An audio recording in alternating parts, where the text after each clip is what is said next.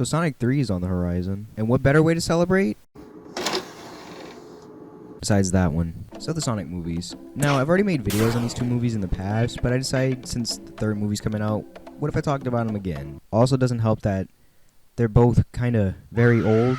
Hell, the video on the first movie is so old that I was still using iMovie to edit. Jesus Christ. I also didn't know how to level my audio, so you can just barely hear what I'm saying about it too, so that doesn't help. And Sonic Party eating chili dog, I didn't think it was funny. I'm really sorry, I don't like the kind of stuff. But it was pretty good, I guess. Also this. Hoping that Mario movie by Illumination is gonna be great. Sure, keep telling yourself that. That movie's video was 11 minutes, and this one might be longer, so get comfy. Might make a video on that fucking mess of a movie that'll probably be even longer. This is a warning. Anyway, on to...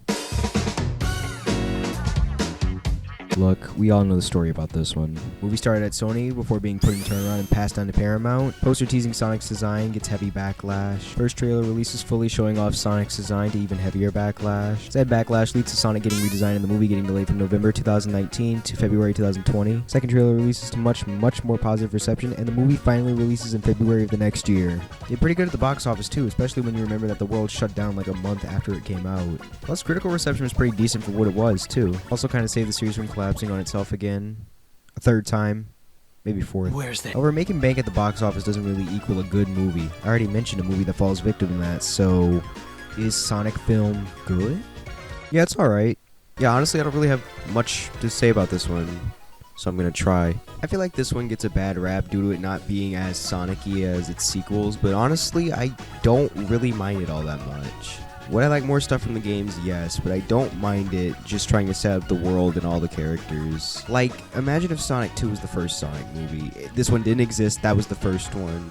I wouldn't know anything about these characters or like their motivations or anything, so it just wouldn't work at all. And speaking of those characters, I like them. They aren't the deepest characters in the world, but they're still pretty fun. Jim Carrey's great as Eggman, of course. I like that before he goes fully Eggman at the end of the movie, he's just some guy. I don't know why, it just makes him chasing after this stupid blue rat funnier. Agent Stone isn't in the movie much, but he makes up for it by just being pretty funny. Tom and Maddie are fine. Don't really have too much to say about them, other than they're fine, I like them. Though Tom's really funny because James Marsden pretty much played the same role 9 years earlier in Hop, which is horrible. Don't ever watch that movie. Everyone else in the movie's also fine. That's really all I have to say about it. Oh yeah, and Wade's great too. But if you've been paying attention, you'll notice that there's one character that I haven't talked about. One character I've left out. One character that hasn't been mentioned yet. The Olive Garden guy, of course. Have you tried their never-ending pasta bowl? Yep. I really like Sonic in this movie. They do a pretty decent job making you feel for him too. Him being taken from his mother figure and being alone for 10 years. Well, not so much taken away, more so forced away. And the thing I really like about that is the thing that kicks off the whole plot of the movie is that loneliness finally getting to him in the baseball scene. It makes it all the sweeter when we see Sonic finally with the people he's just been watching from afar for years and years, especially at the end of the movie. When he loses his rings in San Francisco, when he tries to run there, he says he doesn't know where it is, but I like to think that he just lied so he could be with Tom. I know a lot of people don't like it when he makes a ton of references, and I do get that. It's not that bad in this one, though. Sometimes it isn't really all that funny. Where am I? What year is it? Is The Rock president? Oh right, yeah, there's a comedy. Yeah, this movie's pretty funny sometimes. It's no Get Him to the Greek, but it's got its charm. Movie's horrible. Now this is what the music industry is all about. Sergio's not crazy. I love this game! He's Jeffrey. Let's go! Bye! No, I don't think so. Of course, this movie has your typical butt fart jokes every kid's movie would, but like, someone will just say some out-of-pocket shit out of nowhere, and it's just really funny. Look what came out of my egg sack. There's also this one. Hopefully I'm going to wake up in a hospital bed and the doctor's going to tell me that my colonoscopy was a big success. Okay, so goodbye. And I really like this line from Eggman before he chases Sonic. I don't know why, I just find it really funny. Don't run. It'll only hurt more if you do. And it's bad for your joints. They've proved it. I don't really have that many flaws with the movie, not to say it's perfect.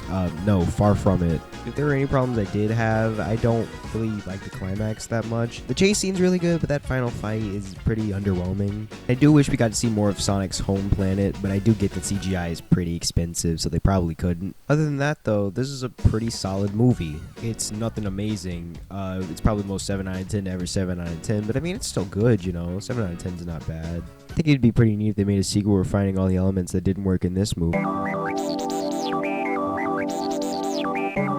You didn't need to interrupt me, that was pretty rude. Octo, it's that sequel I just asked for. Releasing a whole 2 years later too, nice. And that was 3 months after the first movie, which is insane, but then again, some sequels do get announced before the first movie even releases, so... That happened with the third Sonic movie, and in an even funnier case, the 2007 Bratz movie. What projects are you working on next? Well, Bratz 2 Yeah, is Bratz in the 2. works. There's gonna be a Bratz 2. Like, so Yeah. they're writing it right now, so we'll see what it's about pretty soon. Can't wait. We didn't get much info on the movie until almost a year later when they announced the title for the movie. The fuck else did people think it was gonna be called? Oh shit, right. I forgot to mention, but Tails was at the end of the first Sonic movie. Forgot to bring it up. Sorry about that. I always really liked how they put his Tails at the end of the two. That's really cute. Again, we didn't really get much until like a random day in August of the same year where Idris Elba just randomly tweeted, "Hey, I'm playing Knuckles, y'all." The internet collectively lost it, me included, where I just tweeted 4 pictures of Knuckles. Cool. Honestly, still a really great casting choice. Again, we had to wait a few more months before we actually got something, but this time the wait was really worth it. Not saying the other times it wasn't, but it was really worth it this time, because during the fuck-ass Game Awards, the trailer came out. Face it, you're never going to get my power.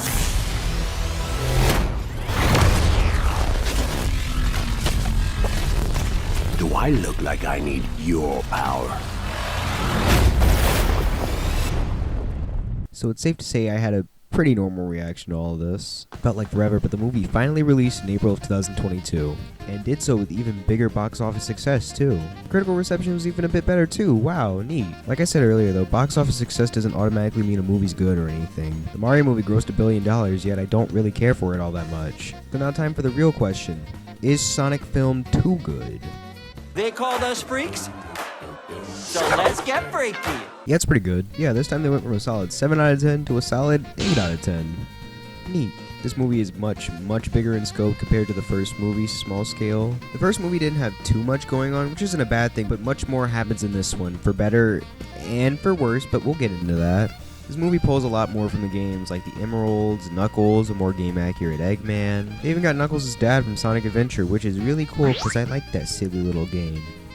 Maybe a bit too much. There's also a bit more backstory to what happened the day Sonic lost Longclaw, and it even goes into a bit of the history between the Owls and the Echidnas, so that's pretty cool. I really like the scene in Siberia where Sonic and Knuckles understand each other's grief since they pretty much went through the exact same thing.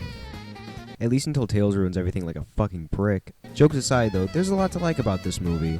However, like I said, this movie's a lot bigger than the first, so that means there's a lot more I don't like either. So let's get into that stuff. Just like the first movie, the characters are pretty fun, the returning ones and the new ones. Once again, the humans are fine, though Rachel's pretty funny, and Randall is too, only because Shamar Moore is a horrifying man. I like that Tom and Maddie act more like parents to Sonic in this one. It ties into Sonic's own arc of maturing and becoming more responsible pretty neatly. I like Sonic in this movie a bit more than the first one, actually. He's slowly growing into the version of Sonic from the games, but he's still not quite there yet, which is completely fine. What I don't like, though... Goosebumps.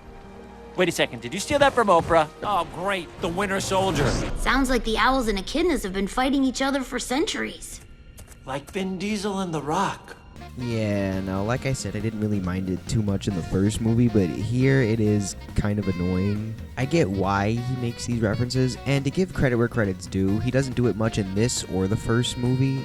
My problem though is that I feel like they chose the worst possible moments for Sonic to make a reference. At least in this one. Doesn't look like it's getting much better either. Somebody better call Google Maps. Also, I just really don't like this line. Think about it. I live rent-free in this dude's head. I like the way Knuckles and Tails are portrayed in this movie, though it's clear that one character is favored over the other. Yeah, they don't really do much with Tails in this movie. It's clear they wanted to focus on Knuckles more. We get to see Knuckles as people, but we don't get to see Tails as people, like, at all, which is really weird. Still, even if he doesn't do too much, I still like the way he's portrayed in this movie. I'm glad they got his actors from the games, too. That's actually really cool. Knuckles, though, is especially great. I find it really cool how Sonic and Knuckles parallel each other, with both losing someone important to them. It's a really interesting character dynamic we've never really seen from them before. Like, Sonic and Knuckles butting heads isn't new or anything. Hell, they do in the game released later the same year. See y'all in 2049 when I talk about that game. However, in this movie, it feels a lot more personal, pushing some of the blame for the death of his people onto Sonic. He's also just pretty damn funny, too. Tiny magic hedgehog destroyed. Plus, all of it's helped by Idris Elba just doing a really great job as Knuckles. He fits him really well. Him and Tails being adopted by Tom and Maddie at the end of the movie is also really cute, as well as the callback to the baseball scene from the first movie. Love that shit, dude. Almost forgot to mention him, but Jim Carrey's even better in this movie. Same for Agent Stone, too.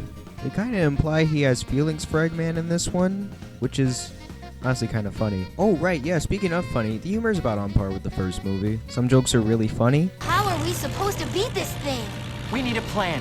Knuckles, use your strength to jump off the plane. And some jokes are just not. Whoa. Stop right there. I wouldn't come any closer because this little hedgehog had way too many chili dogs. Oh no. I'm so embarrassed. Get out of here, quick. Oh no, here comes another one. Go, now, save yourself. Speaking of that first movie, the climax here is way better. You know, there are actual stakes and tension this time. Dude, seeing this scene in theaters was so fucking cool. Still docking points for there not being a Heroes reference though. Sorry. Sonic actually dies in this movie. It's pretty cool actually.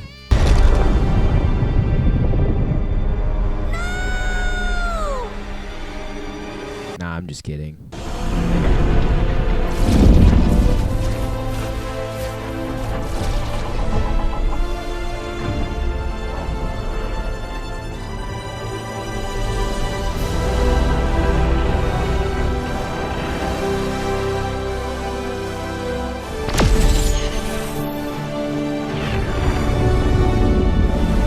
This shit's still so cool, even 2 years later, man. I don't care. He even beats Eggman with the Sonic 06 reference. I didn't even think that was legal. Guess it's time I bring up some flaws I have with the movie, because I do have quite a few. First question, why is this movie 2 hours? Like, I get they have to establish a lot of stuff in this movie, and I don't mind that, but some of the fat in this movie needs to be trimmed, like some of the wedding scene, and especially the dance scene. It's just so pointless and has no need to be here. Also, some of the special effects in this movie don't look very good, though I am willing to cut it some slack due to it being worked on during the pandemic. And like I mentioned earlier, some of the writing in this movie just isn't very good. Plus, like I also said earlier, I really wish they did more with Tails' backstory, but then again, this movie's already long enough, so maybe that's a good thing. Anyway, I think that's everything I have to say about Sonic 2. Definitely the better movie between it and the first one. And while it does have its issues, it's still a pretty fun time.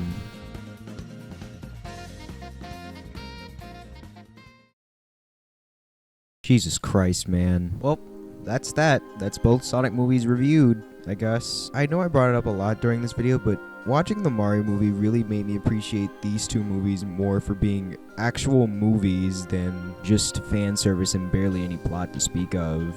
Plus, I like that these try to do their own thing. Like, yeah, it's cool that Mario's exactly like the games, but it doesn't really have any identity for itself. It's just like the games, yeah, but at that point, I just play the games. These two movies might not entirely be like the games, but they try to do their own thing, and honestly, I think they do it fairly well. They're not perfect movies, but they're pretty good efforts if I do say so myself.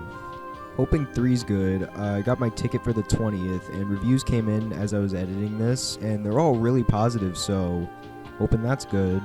And now that I'm done editing this video, I can finally lie down and rest. Or at least try to before I get murdered for the fact that I gave both of these movies a higher score on Letterboxd than The Wild Robot. Oops.